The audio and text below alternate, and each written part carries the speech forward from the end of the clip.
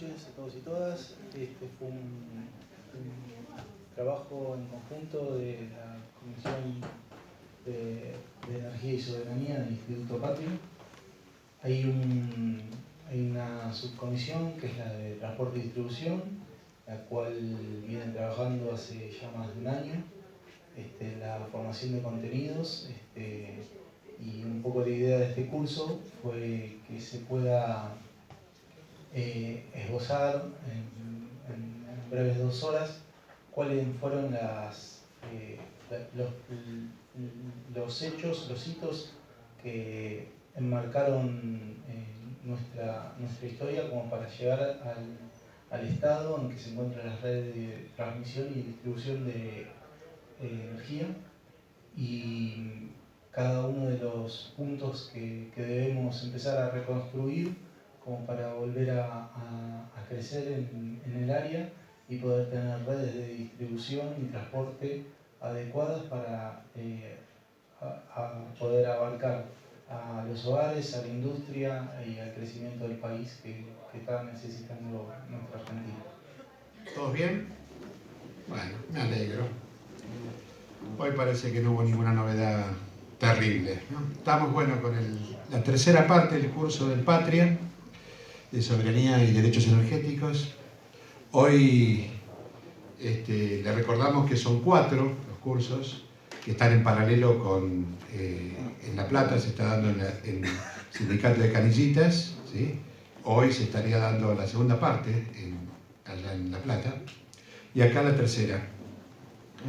Bueno, acá estamos con Leandro Lata, que es ingeniero electricista de la UTN, y él se autodefine como docente, militante e investigador. ¿Qué tal, No cualquiera, docente militante.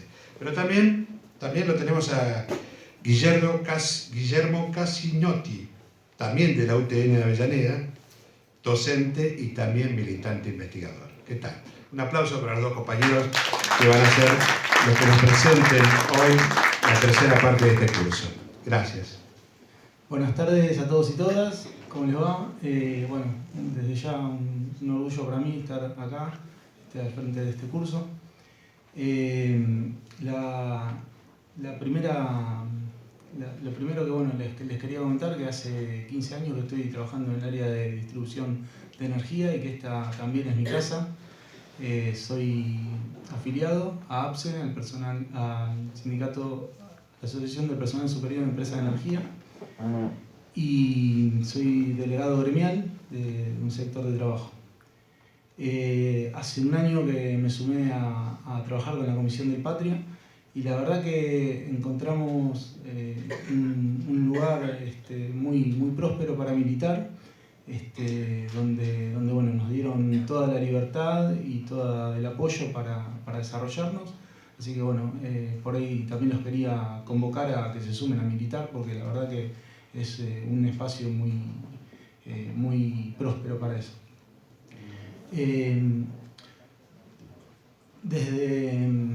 Desde ya que bueno, también quería agradecerles a Silvia, a Federico Bernal, a Silvia Vita, a Federico Bernal, a Eduardo Fenoglio y al chino Pereira, a Luciano Pereira, que bueno, nos dieron la responsabilidad de estar acá, y bueno, a todos los compañeros de la subcomisión que vinieron aportando y trabajando codo a codo, ¿no? Porque bueno, nosotros ponemos la cara, pero la realidad es que hay todo un equipo de trabajo que estuvo bancando esto y estuvo armando todo lo que ustedes van a ver acá.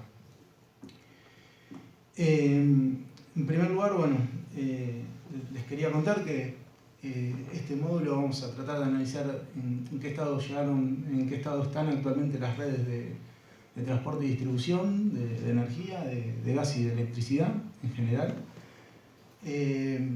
Y ese estado, cómo se llegó, qué es lo que vemos que habría que empezar a cambiar como para retomar la senda de crecimiento sin tener los escollos que ya hemos pasado en el pasado anteriormente, y vemos a futuro como para poder retomar esta senda de crecimiento con un proyecto nacional de energía.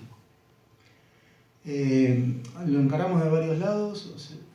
Por un lado, legislación y regulación, tarifas accesibles, soberanía energética, planificación federal, eficiencia y sustentabilidad. Lo primero que les voy a pedir es que miren esta imagen y que, si alguno se anima, levanten la mano y me digan un poco qué es lo que ven en esta imagen. 4 o 5 palabras nada más como para definir qué es lo que se ve en esta imagen. Es una imagen... Es la iluminación nocturna en el mundo. Bien. Dado vuelta. Bueno, aparte está dado vuelta. Sí, dado vuelta es una cuestión de perspectiva, o sea, que nos enseñan, digamos. Claro. Tranquilamente nosotros podríamos estar arriba y ellos abajo. Pero bueno, es una cuestión cultural, ¿no? que tenemos que empezar a desconstruir también. ¿Y qué es lo que, aparte, qué es lo que se ve? O sea, ¿qué parte del mundo por ahí están más iluminadas? ¿Qué parte están menos iluminadas? La más rica. Exactamente, los más desarrollados están más iluminados. ¿Y qué es lo que pasa si entramos a lo que es la patria grande? ¿Qué es lo que se ve? Se mantiene, ¿no? el mismo patrón. Sí. ¿Qué les parece? Sí. O sea, inclusive se pueden hasta ver vestigios de lo que fue los puertos coloniales, los centros de los virreinatos coloniales, ¿no? ¿Se llega a ver bien la imagen? ¿Sí? Y acá, ¿qué se ve? También, misma cuestión. O sea, el ingreso per cápita más alto, más iluminado, ¿no? Y se puede ver el cordón de General Palo, el primer cordón del conurbano, los principales accesos.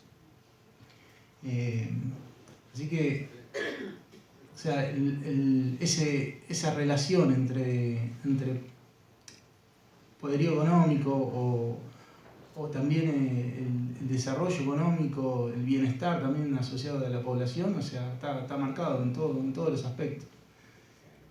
Y eso es lo que empezamos a ver cuando nos juntamos y empezamos a charlar las cuestiones de la comisión. Empezamos a ver que había una relación, ¿sí?, directa entre esto que veíamos y todos, cada compañero desde su aporte, por un lado, desde el lado de la militancia territorial, desde la asociación de consumidores, desde los técnicos, o sea, las universidades, todo lo que se sumaron, estuvieron aportando justamente y en función de eso sacamos estos principios rectores que, o sea, si los miran, o sea, están bastante en consonancia con lo que veíamos.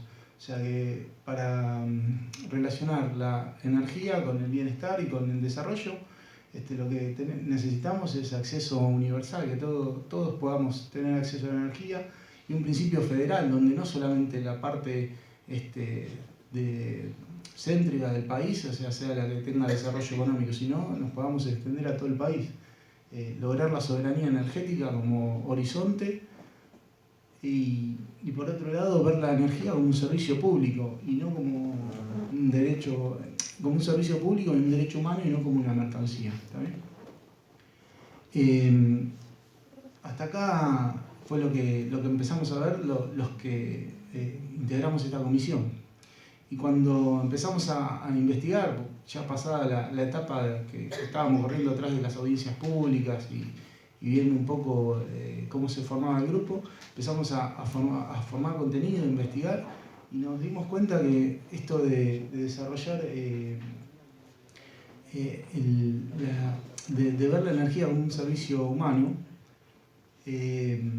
como un derecho humano, perdón, no éramos los únicos, ¿sí? O sea que, por un lado, en cuanto a la electricidad, dice la Asamblea General de Naciones Unidas, en cuanto a la electricidad se afirma hoy que el acceso a los servicios energéticos modernos, accesibles, es esencial para lograr los objetivos de desarrollo convenidos internacionalmente, incluidos los objetivos de desarrollo del milenio y el desarrollo sostenible, lo cual ayudaría a reducir la pobreza y a mejorar las condiciones y el nivel de vida de la mayoría de la población. Lo mismo en el artículo 25 de la Declaración Universal de los Derechos Humanos. Toda persona tiene derecho a un nivel de vida adecuado que le asegure, así como su familia, su salud, el bienestar y en especial la alimentación, el vestido, la vivienda. O sea, está diciendo exactamente lo mismo. Está haciendo una relación entre la energía y la calidad de vida de las personas. En 2014 se reunió, hubo un encuentro internacional por el derecho a la energía y sostuvieron también lo mismo, que la energía es un derecho humano y no una mercancía. Y en el mismo sentido está el Pacto Internacional de los Derechos Económicos, Sociales y Culturales, a la cual adherimos, ¿sí? La Constitución Nacional, en el artículo 42, los consumidores y usuarios de bienes y servicios tienen derecho, ¿sí? Y ese derecho, y la carga de cumplir esos derechos se la da a las autoridades nacionales. ¿Está bien?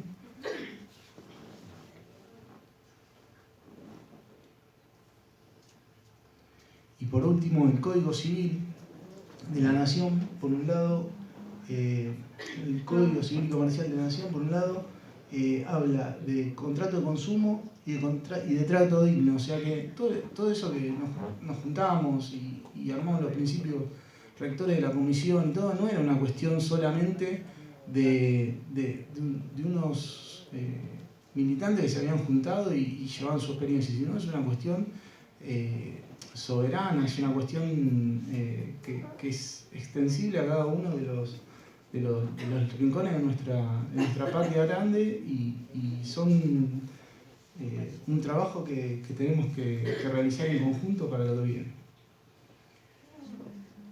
Y si no se cumplen esos derechos, ¿qué es lo que pasa? Llega la pobreza energética, viene la falta de esos derechos generan pobreza energética. ¿Qué es la pobreza energética?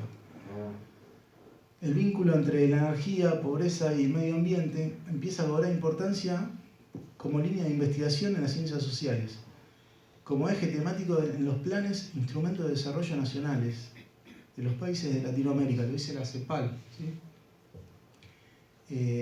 Y bueno, empieza a investigar la pobreza como línea de investigación, ¿sí? Empieza a trabajar la pobreza como línea de investigación.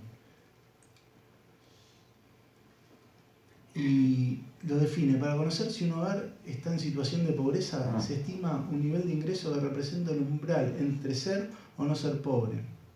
Los trabajos de investigación que abordan con base en el umbral de temperatura necesario para alcanzar el confort térmico. Es decir, ¿qué es el confort térmico? O sea, para condiciones de invierno son aproximadamente 18 grados. O sea, si nosotros no tenemos la energía como para lograr llegar a esos 18 grados en invierno, estamos en condiciones de pobreza energética. Y lo mismo ocurre en verano. Si no tenemos la posibilidad de tener temperaturas entre 24 y 26 grados, la realidad es que estamos sufriendo el calor y la calidad de vida baja. Entonces, en la propuesta metodológica tratan, por un lado, lo que son las necesidades, ¿sí? Absolutas de energía, basado en los satisfactores y bienes económicos. O sea, las necesidades absolutas de energía es el instinto, a lo que tendemos como seres animales, ¿sí? O sea, la subsistencia, la protección, el entendimiento. Después, por otro lado, los satisfactores toman en cuenta son la alimentación, el trabajo, el descanso, el cuidado, el humor, el tiempo libre, la salud física, la salud mental, la literatura, la investigación. Es decir, cómo llegamos a mantener esos satisfactores, ¿no? Y por el otro lado, vemos que los bienes económicos que nos van a permitir, ¿sí? Llegar a esos satisfactores son los básicos: una heladera, una computadora con acceso a internet, agua caliente, una instalación segura con gas o electricidad, ventilación o aire acondicionado. Entonces, cuando se calcula, ¿sí? Define, por un lado, un hogar se encuentra en pobreza energética cuando las personas que lo habitan no satisfacen las necesidades de energía absoluta. Cuando se calcula que un hogar con las necesidades absolutas resueltas está en 1, ¿sí? Se suma a 1, digamos, el hogar que está con las necesidades energéticas resueltas. Y el hogar que no lo tiene podría sumar desde 0 hasta 0,99. Con lo cual, cuando se hace la estimación poblacional, se suman todos los hogares con pobreza energética dividido la cantidad de hogares, se obtiene el índice poblacional de pobreza energética. Esto acá no lo estamos midiendo, no lo estamos terminando de desarrollar, y la realidad que, o sea, si con todos los casos que tenemos ni hace falta, o sea, porque hay un montón de hogares que están con pobreza energética, pero bueno, son cuestiones que evidentemente las están tapando y las están invisibilizando. Pero bueno, tenemos que conocerla y tenemos que empezar a hacerla llegar al territorio también.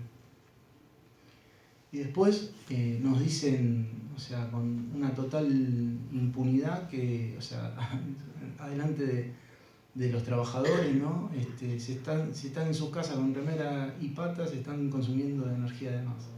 Y la realidad que, no sé qué les parece a ustedes, pero, o sea, ninguno gastamos energía de más, gastamos la energía que tenemos que gastar. Pero, o sea, la carga la ponen del otro lado. Y eso fue en un contexto donde, o sea, había un 400% de aumento de gas, y eso fue en un contexto donde están diciendo, bueno, iban a poner un tope de aumento a las facturas de gas, pero después te aclaran que el tope es sobre la factura y no sobre la tarifa, o sea, la tarifa sigue aumentando, o sea que es una total tomada de pelo. Y por el otro lado, uno dice, bueno, empezamos por casa, ¿no? O sea, si estamos yendo a militar esto, digamos, militan el ajuste, militan que la gente no tenga la suficiente energía para estar en la casa tranquila. Vamos 15 días antes y lo publican ellos mismos en sus muros, en sus redes. Entonces nos están tomando el pelo directamente.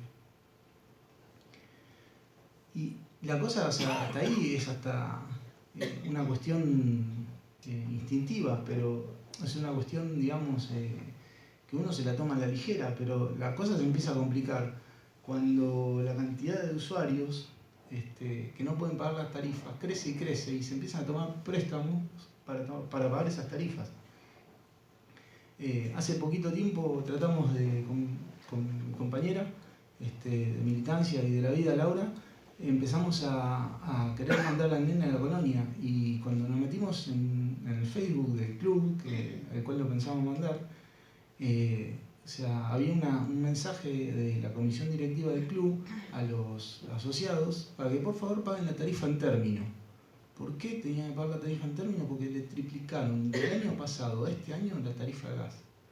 O sea, directamente, si quieren, métanse en el Facebook, búsquenlo, y ahí entras a tallar un montón de cuestiones, un montón de opiniones de la gente, o sea, por un lado la desidia, ¿no? que se está dando, y por el otro lado la falta de respuesta de las autoridades municipales, en este caso de Lanús, provinciales, que están totalmente ausentes, y nacionales también. O sea, hay un club que tiene 50 años que está corriendo riesgo por una cuestión tarifaria, y los tipos no les importa nada. Entonces, volvemos sobre lo que decía Federico, ¿no? que trató la primera charla.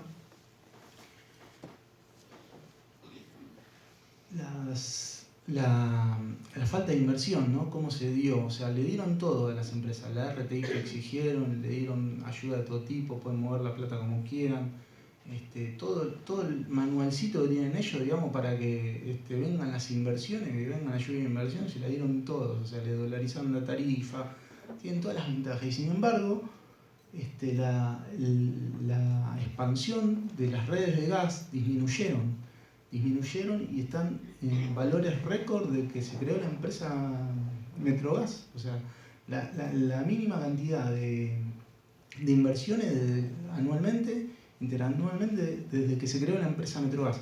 Entonces, en ese contexto, ¿qué es lo que proponen como respuesta?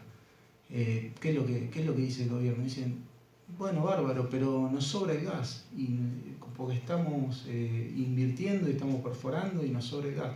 Está bien, pero el gas ya no deja de ser para los argentinos y empieza a ser para exportar. O sea, y estamos exportando una materia prima que no tiene valor agregado, ¿sí? que es un bien nuestro, o sea, como país, o sea, es de nosotros, de nuestros hijos, de los hijos de nuestros hijos. Entonces, y lo estamos no solamente exportando, sino que lo estamos mal exportando, porque según dicen las tarifas justas, las que estamos pagando nosotros, y las estamos exportando a menos de la tarifa que pagamos nosotros, entonces realmente estamos regalando. O sea, ¿qué sentido tiene lo que están haciendo? Y la cosa se pone más peligrosa cuando la expansión de gas no llega y tenemos casas sin gas,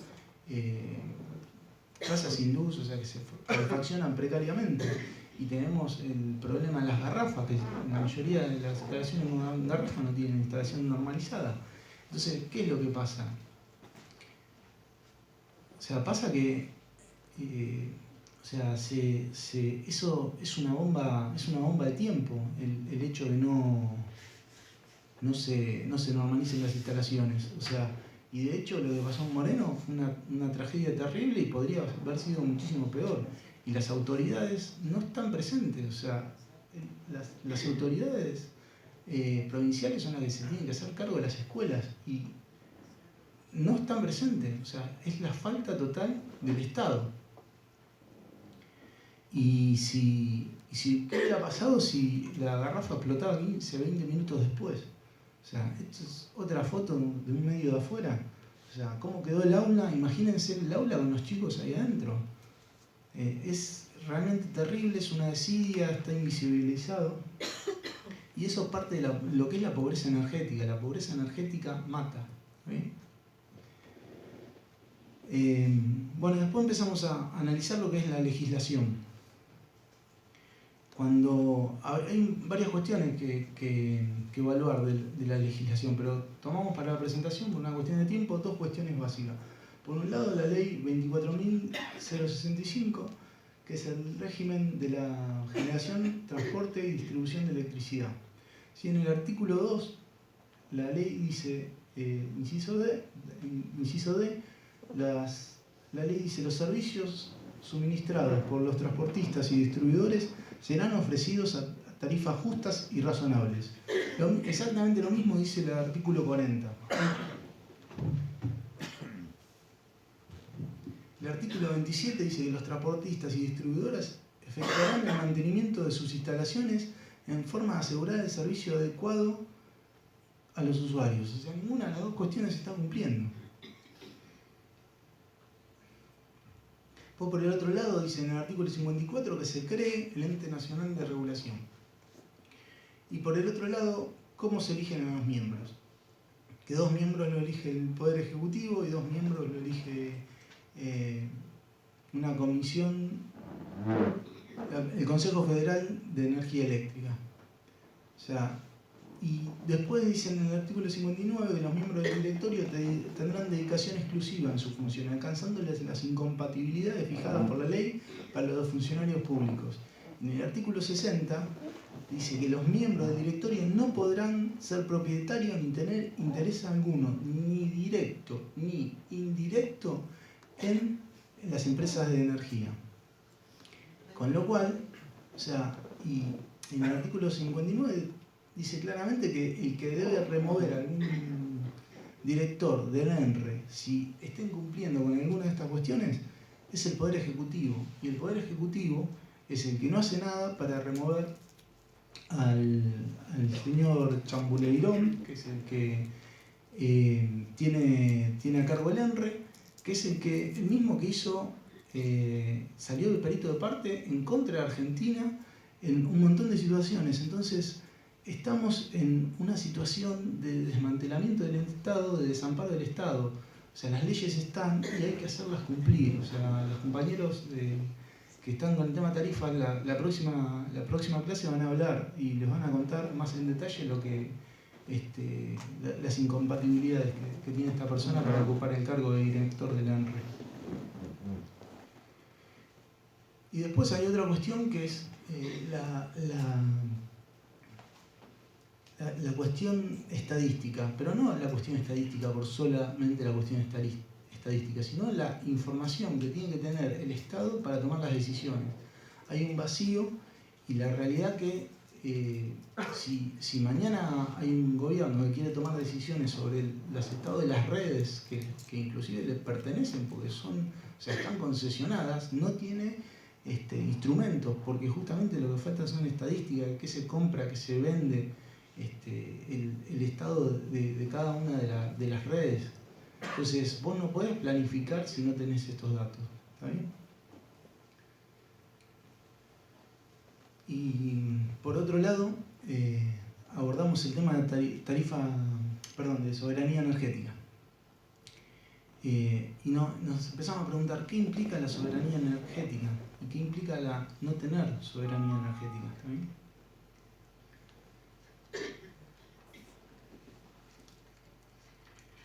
Hay una entrevista que le hizo Paenza a Galuccio, en la cual Galuccio define la soberanía energética. Dice: no podemos pensar en soberanía energética si no nos pensamos autosuficientes en el proceso de acompañar el crecimiento de la demanda de energía que requieren nuestros hogares y la industria de nuestro país, aprovechando todo nuestro potencial para desarrollarnos en cada una de las áreas y asociándonos estratégicamente para en el tramo de expansión desarrollar nuestros conocimientos e industria relacionada a fuentes de energía, aprendiendo, diversificando nuestras áreas para lograr el control de toda la matriz energética en un plazo de 10 años.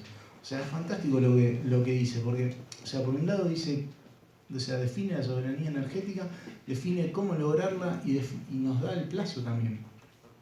Es decir que en este contexto, la realidad que bueno, fue un camino que se emprendió, que lamentablemente quedó cortado, pero que cuando nos estábamos asociando con Chevron estábamos haciendo justamente eso. Estábamos, o sea, no es algo que haya inventado Galuccio, o sea, lo hicieron los japoneses cuando empezamos a crecer su industria, lo intentamos hacer en Tierra del Fuego, con la industria de ensamble que hoy por hoy lamentablemente está prácticamente sepultada. O sea, es un camino largo, pero es el camino hacia la industrialización y no solamente hacia la industrialización, sino el trabajo para todos.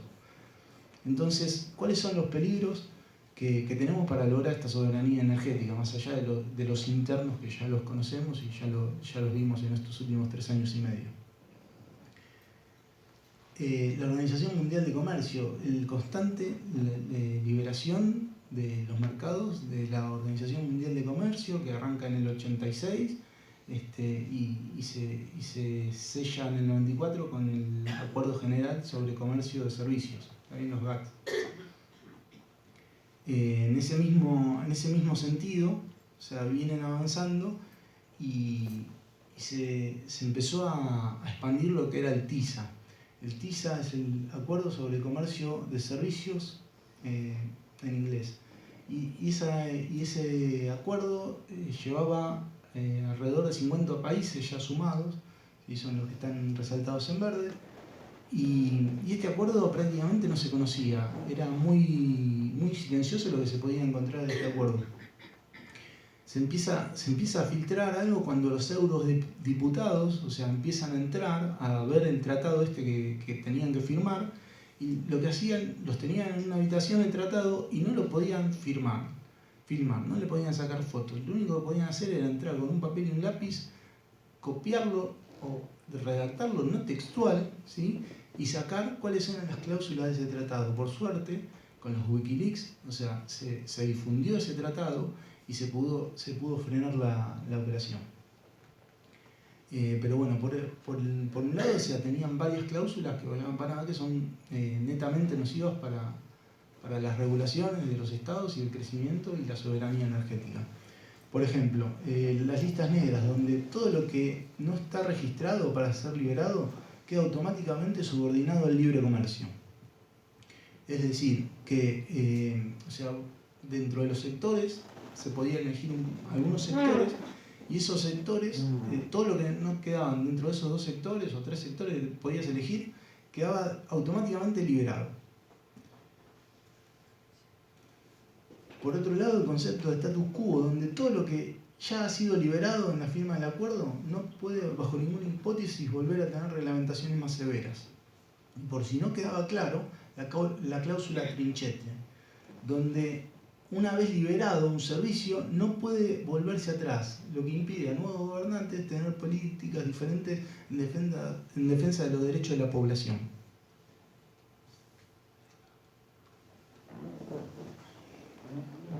La cláusula hacia el futuro. Quedan automáticamente incluidos los servicios que aún por descubrir o desarrollar para evitar que los nuevos servicios, como por ejemplo en el área de Internet, queden afuera de la liberalización. Consultas previas. Al debatir cualquier ítem relacionado a las regulaciones, obligatoriamente la comunidad internacional obligatoriamente se tiene que consultar a la comunidad internacional, con lo cual técnicamente pueden hasta vetar nuevas leyes. Y por supuesto, lo de controversia va a ser privado, ¿está bien? Con algunas cuestiones que son para resaltar. Por un lado, cada uno de estos acuerdos, ¿sí? Son impulsados por ¿quiénes? Por las empresas multinacionales. Dicho de una forma, la frase too big to fall, demasiado grande para caer, son empresas multinacionales que tienen ganancias más grandes que los PBI de los países. Estos son los que impulsan estos acuerdos. Y en ese contexto,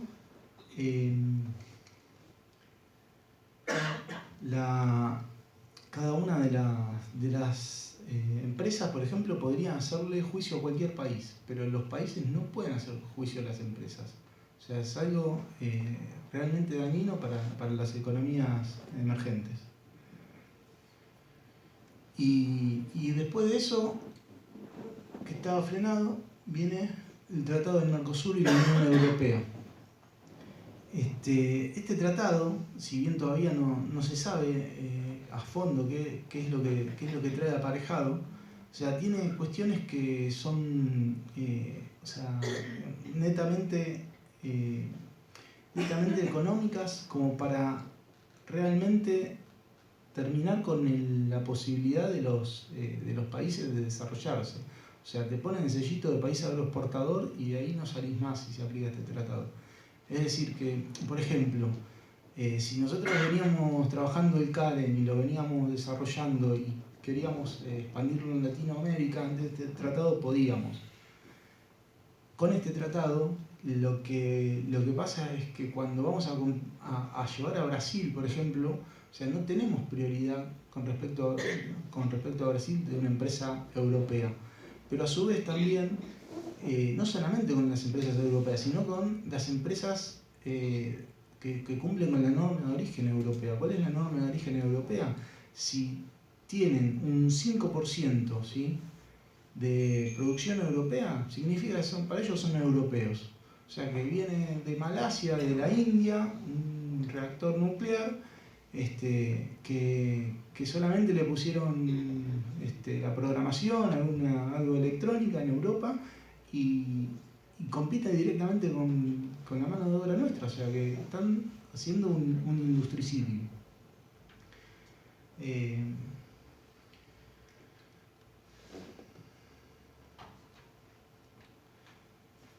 Así que, esto del tratado fue una muy mala noticia. Y después, todo lo que son contratistas, dejamos abierta la puerta para que prácticamente nuestra industria desaparezca. Y pudimos desarrollar lo que llamamos un modelo de país, ¿sí?, cuando podemos tener energía y esa energía aplicarla en la industria, esa industria que genera trabajo, el trabajo genera mercado interno, el mercado interno genera bienestar y ese bienestar que genera más consumo energético y bueno, va a apuntalar el sector energético y va a generar el sector energético, va a generar más industria en un círculo virtuoso. Ahora, hay también un modelo de colonia, es el que están tratando de aplicar, que es cuando nos sobra energía, la exportamos, o sea que no producimos, nos endeudamos, ¿sí? Nos endeudamos porque estamos cambiando materias primas por productos industrializados y la balanza comercial necesariamente va a ser deficitaria. Entonces nos endeudamos y como nos endeudamos y estamos desacoplados, o sea, nuestros sueldos pierden capacidad con respecto a los del mundo, como viene pasando.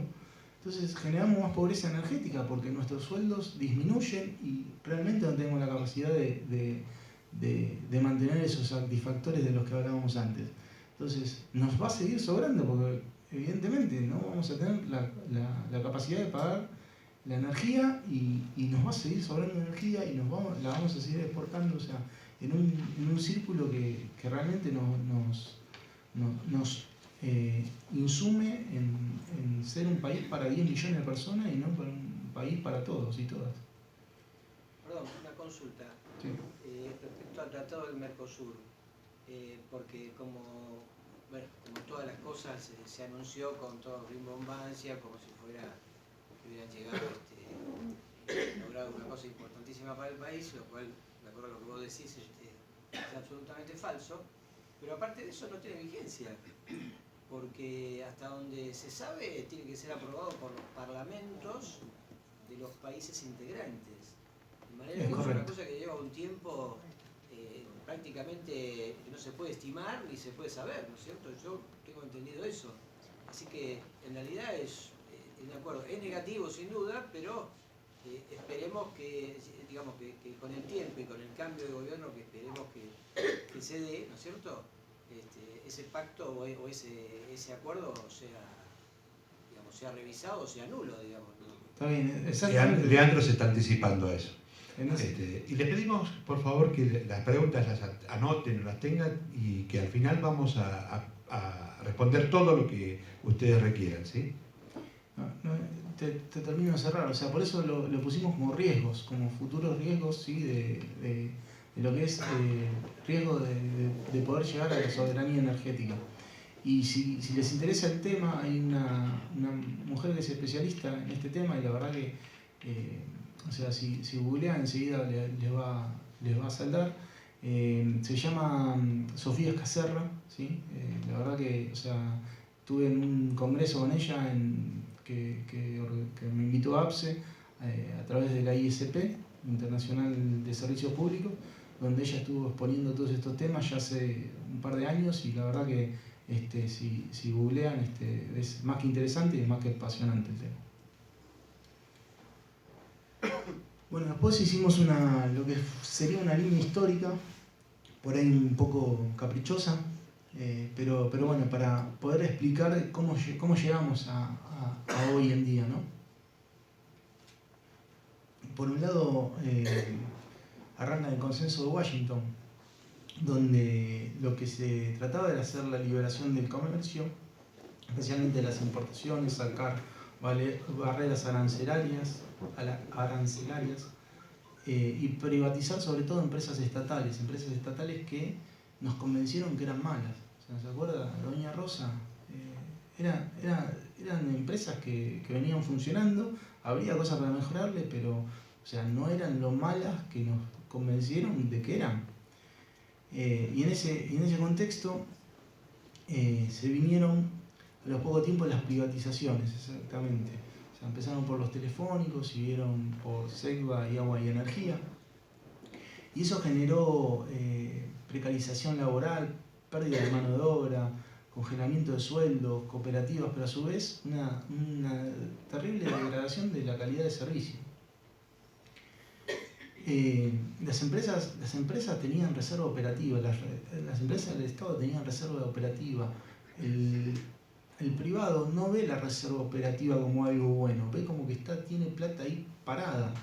Entonces, la realidad es que si no tenemos reserva operativa, si no tenemos las cuestiones técnicas bien resueltas, va a terminar totalmente en un colapso, como viene pasando. ¿Está bien?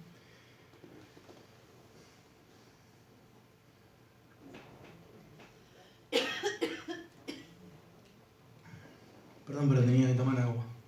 Y después los medios venían callados, hablando un poco de la pobreza, pero diciéndonos que estaba todo bien. Y llega el blindaje 2001, ¿se acuerdan? Que en paz descanse, que bueno, nos da buenas noticias. Decía, mientras se daba la fuga de capitales y se financiaba la fuga de capitales. Hasta que el blindaje 2001 no llegó. Y ahí fue cuando los pequeños que quisieron sacar la plata, no se lo dejaron, vino el corralito, el corralón, los muertos en la Plaza de Mayo, y terminó explotando la sociedad en 2001. Y ahí se salió de la convertibilidad, el que depositó dólares recibirá dólares, decía Duhalde, como para calmar las aguas. Por suerte tuvimos la buena fortuna que llegó Néstor y que empezó a generar una industria, empezó a atender a cada uno de los conflictos que hubo en el país, a lo largo y ancho del país. Se sacaron las cuasimonedas, empezó a repuntar la industria, a todos nos empezó a ir mejor, empezamos a tener más bienestar, empezamos a consumir más electricidad, más gas. Y la realidad que eso se mantuvo durante muchos años, inclusive, o sea, no recibimos ni siquiera los coletazos de la crisis de la burbuja financiera que estalló y destrozó el mundo. Y en ese interín, en 2009, hubo un intento, pocos se acuerdan, pero hubo un intento de actualizar las tarifas bajo el Programa de Uso Racional de la Energía, el PURE. Este era un programa que lo que hacía era, si vos mantenías el consumo que tenías años A, lo que hacían era directamente mantenerte la tarifa. Ahora, si vos consumías más, cuestión de que podías estar un poco mejor económicamente, más holgado, lo que te hacían, te actualizaban la tarifa. Y eso fue castigado por el conglomerado mediático y por el partido judicial. Eduardo Mondino, que era defensor del pueblo en ese momento, con una sola medida cautelar, frenó el programa de uso racional de la energía. Con lo cual, no se aplicó ese premio castigo al que consumía más, al que consumía menos, y realmente terminó como terminó la cuestión en 2013, pero una cuestión casi anecdótica es que Eduardo Mondino, al poco tiempo, después de tener éxito en su intento de frenar la aplicación del programa de uso racional de la energía, se presenta como candidato a senador, ¿sí?, por la provincia de Córdoba. Y después, al poco tiempo, como candidato a diputado. Cuando se presenta como candidato a diputado, ¿en dónde iba? ¿En qué partido político iba? En una alianza de partidos, en los cuales estaba el MID, el PRO, y iban atrás de ¿quién? De Eduardo Duhalde. Y en el libro, sinceramente, Cristina cuenta que uno de los lobistas más importantes que tenían las empresas de energía era justamente Duhalde y Labaña. Los dos eran los que, cuando ni bien llega Néstor a la Casa Rosada, son los que empiezan a pedirle aumento de tarifas. Entonces, bueno, ahí empieza a cerrar todo con todo, ¿no? Porque en realidad no querían aumentar o no aumentar la tarifa, querían, o sea, poner palos en la rueda y que el gobierno soberano no pueda cumplir con la decisión de gobernar, ¿no? Y después de años de este estancamiento que por ahí llevaban las tarifas, que la gente no, o sea, por ahí no, hay veces no era consciente de esas cuestiones. ¿Qué pasó? Se empezó a desmadrar el consumo, ¿sí? Y, o sea, las empresas que decían, no, si no me das tarifa yo no invierto, se descuidó el sistema de distribución. Entonces, en el año 2013, ola de calor mediante, crecimiento económico, la gente que empezaba a gozar de ese bienestar, empezó a saltar por todos lados las deficiencias, no solamente del sistema de distribución, sino también de los controles y la regulación del sistema de distribución. No pasó lo mismo con el sistema de transmisión y no pasó lo mismo con el sistema de generación. A través del Plan Energético Nacional, ¿sí?, que pone en marcha el Ministerio de Planificación, lo que se logra hacer es acompañar el crecimiento del país con generación. O sea, por un lado se termina Atucha, se termina Atucha 2, se termina Yacyretá, se pone en servicio un sinfín de centrales, ¿sí? Y cuando se pone de centrales térmicas, ¿sí? O sea que el consumo en lo que es generación estuvo cubierto. En lo que fue transporte se hizo la obra más importante del sistema eléctrico nacional, o sea, desde 2003 a 2015. Por un lado estaba Formosa dependiendo de Paraguay y no estaban conectados los sistemas del NOA y del NEA. O sea, se hizo en 500 kV el cierre. Por otro lado, se conectó Comahue y Cuyo. Se hizo la tercera línea de Yacyretá, que ahora vamos a hablar, ¿no? Pero se hizo la tercera línea de Yacyretá que no estaba. Se conectó San Juan con Mendoza.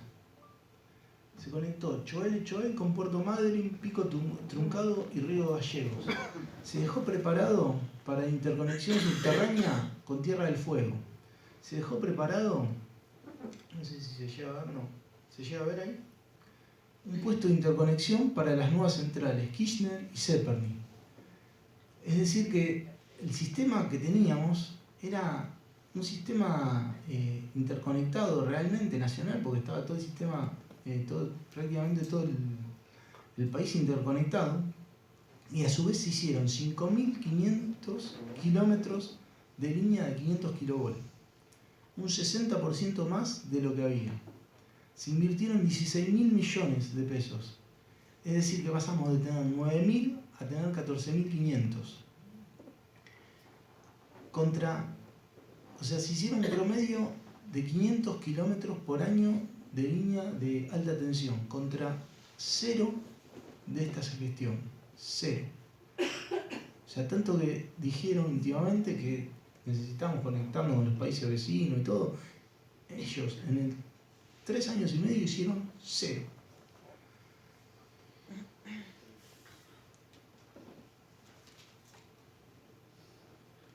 Es decir que después vinieron los tarifazos, las RTI que estaban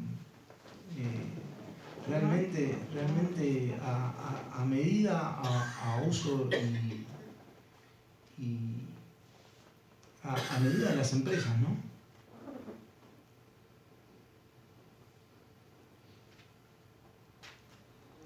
Se empieza a ver la caída de la actividad económica. En el 2017 vienen más tarifazos y más caída de la inversión. ¿Por qué? Porque recordemos que cuando estallan los sistemas de distribución en 2013, el gobierno toma la posta en el área de distribución. En principio con el plan que fue nombrado Plan Agosto y Plan Verano, ¿sí?, donde directamente aportaba el Ministerio de Planificación Federal a hacer las obras a través de las empresas.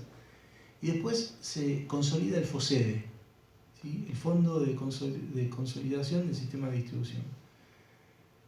Distribución Eléctrica. Con lo cual, toda esa inversión, ¿sí? Se hizo a través del Ministerio, le hizo el Ministerio de Planificación a través de las empresas.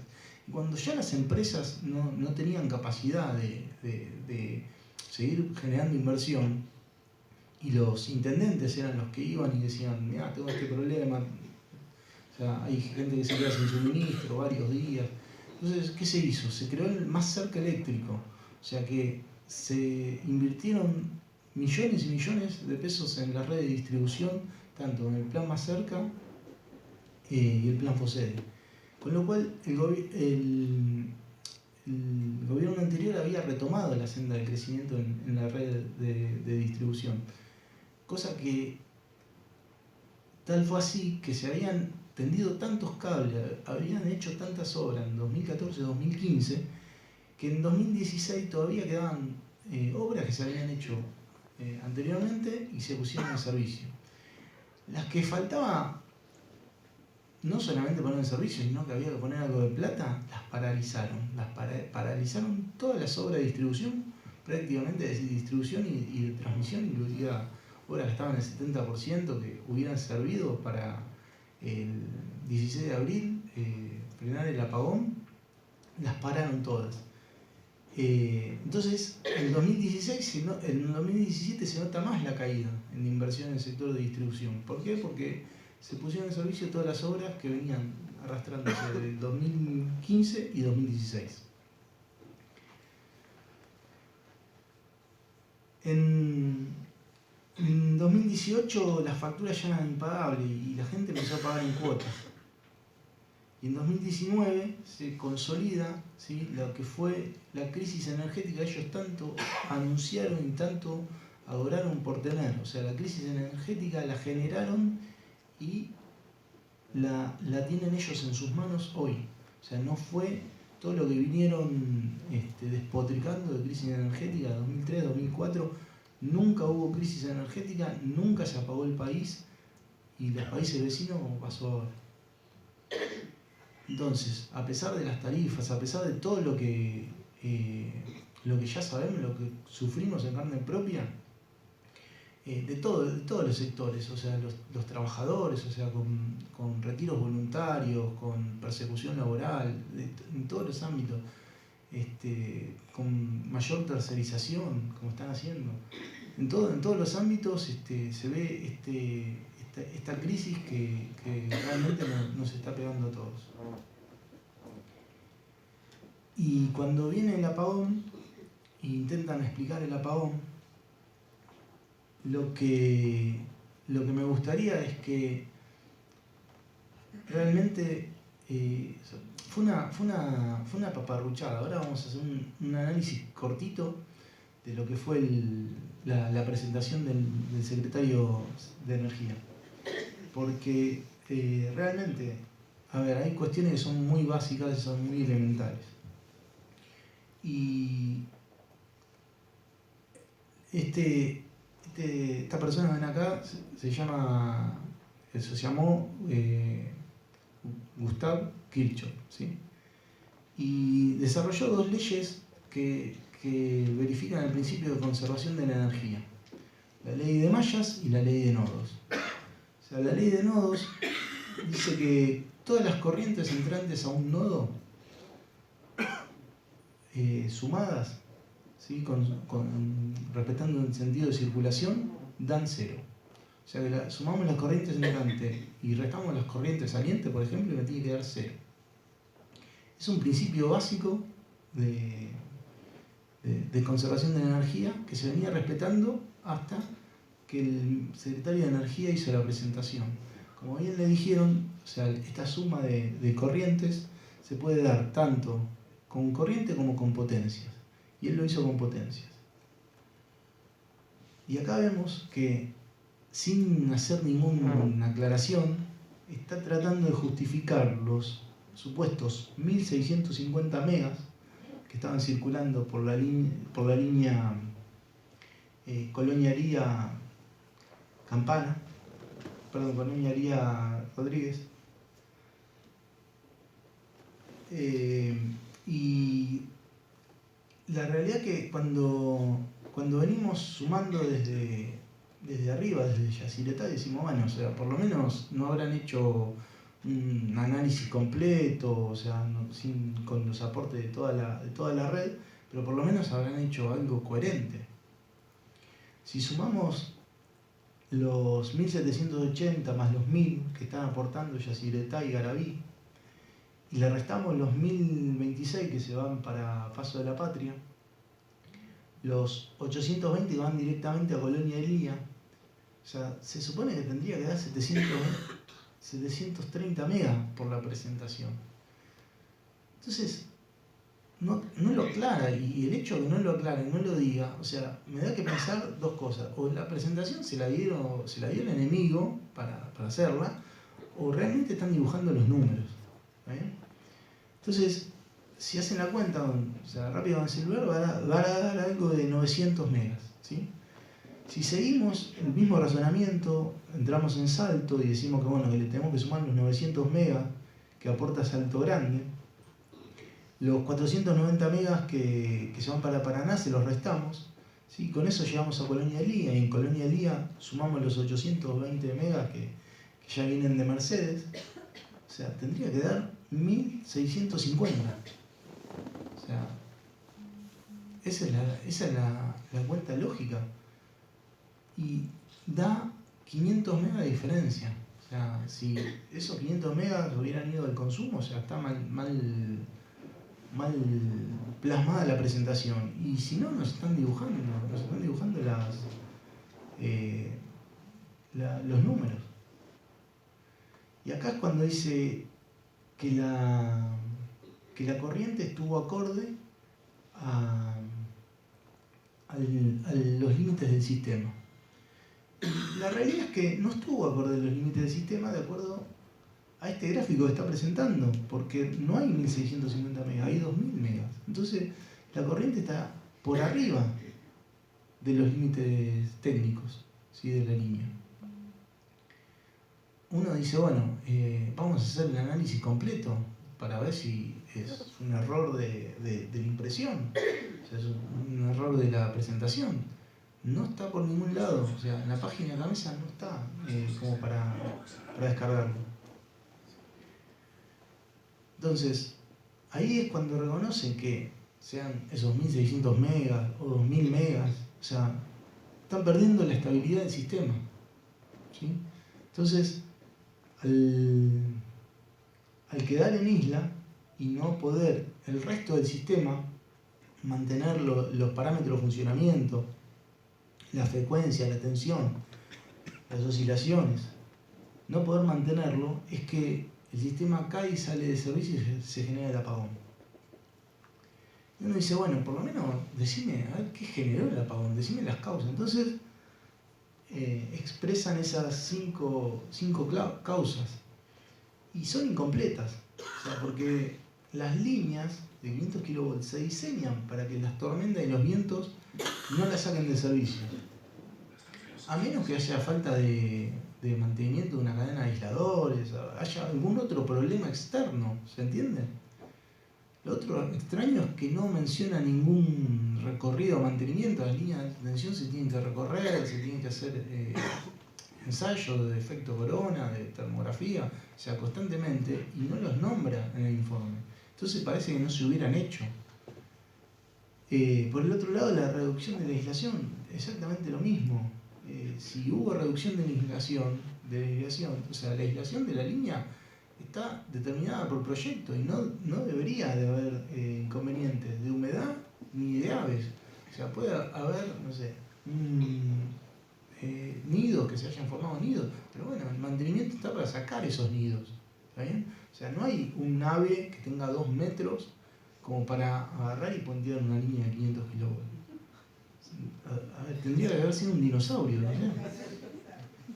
Después, torres caídas tampoco, en ninguno de los casos, o sea, tornados, nos hubiéramos enterado, incendio, o sea, tampoco, o sea, un incendio de 12 metros de altura, que el humo se concentra a 12 metros de altura, o sea, no nos hubiéramos enterado, se hubiera visto.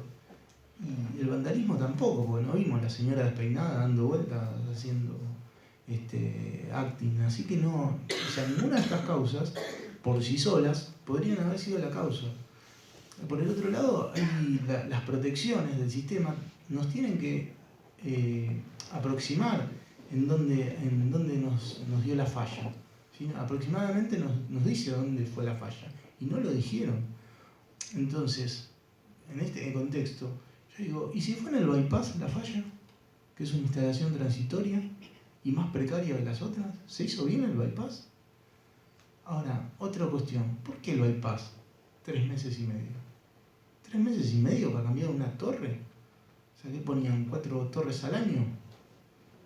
O sea, nosotros hicimos, la gestión del gobierno anterior hizo 500 kilómetros de línea anualmente y ellos no pudieron cambiar una torre.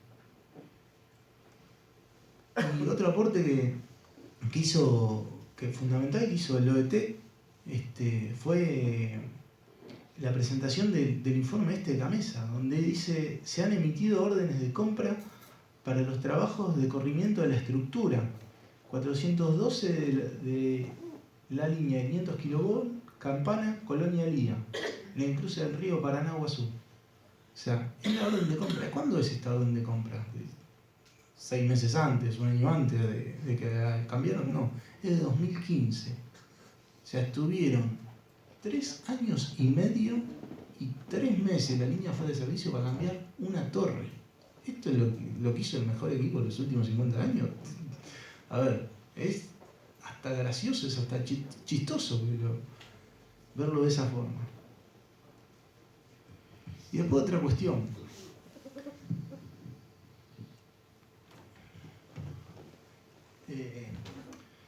Hay una cuestión que es que la culpa se le echaron a Transener, ¿no? Y el que hace el despacho no es Transener, el despacho lo hace Gamesa. Y Gamesa dice que tiene que regirse por la ley 24065, propendiendo maximizar la seguridad del sistema y la calidad de los usuarios, y minimizar los precios mayoristas del mercado spot. ¿Eso qué quiere decir? Que por un lado la prioridad 1 es la estabilidad, la seguridad del sistema. En segundo caso, la calidad de suministro. Y en tercer punto, minimizar los precios. Es decir que, y encima esbozaron que los precios los estaban ahorrando para que lleguen más baratos los consumidores, y es mentira. Porque el mercado spot trabaja con una lógica de que se paga la máquina más barata que tenga la posibilidad de entrar. Pero en realidad se paga al resto de la generadora, se paga la más cara. O sea que yo calono las centrales en función de la potencia que necesito, de la más barata a la más cara. Pero el precio que estoy pagando es de la última que entró y es la más cara. O sea, con lo cual el ahorro no está para el usuario, el ahorro está para el mercado, para las divisas, o sea, para el manejo de divisas del mismo gobierno. Y después por el otro lado, Transener es el que atiende el teléfono del otro lado y le dicen, sí, mira, entra la que opera, entra tal línea, saca tal línea, meter tal central, saca tal central, las decisiones las toma Gamesa. Entonces, en la presentación, bueno, listo, sí, fue un cortocircuito. Lo único que podríamos cuestionar de acá, de esta parte, es si realmente las centrales salieron cuando dicen que salieron. Dicen que salieron en el minuto 26, en el segundo 26, cuando en realidad hay centrales que sabemos que salieron en el segundo 42. Entonces, lo que un compañero de la comisión muy bien definió, el árbol de causas recortado, ¿no? Un poco el resumen de la presentación del ministro de Energía. El SADI estaba en perfecto estado, bueno, en eso coincidimos. Por el otro lado, la torre 412 estaba desafectada para cambiar, coincidimos. El bypass 3 meses y un poquito menos, dijo que tardaron en tenerlo